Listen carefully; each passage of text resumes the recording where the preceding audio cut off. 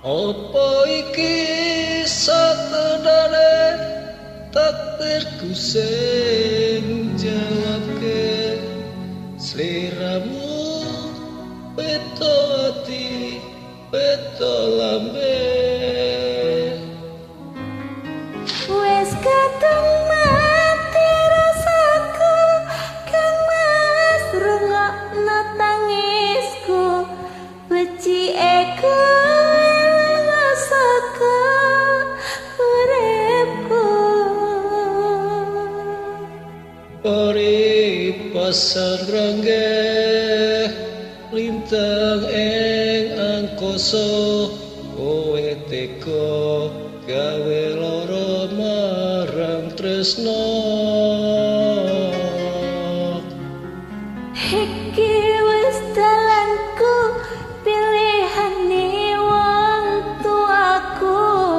sepurane yen gawe lara atimu sepurane yen gawe lara atimu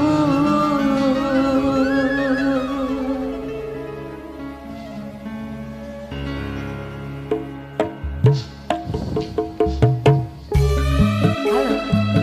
assalamualaikum Waalaikumsalam sepurane deh mas awakmu lan awakku mung cukup tekan sakmene mugi-mugi sampeyan iso nemokke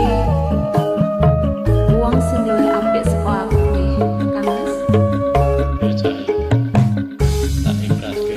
apa sifatmu saiki wis beda kowe ninggalke aku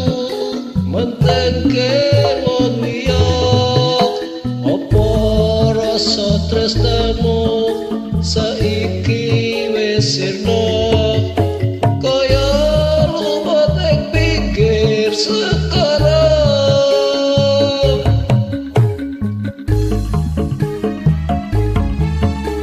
sesek ning jero dada pancen larakake arep kepiye meneh kowe wong randuwe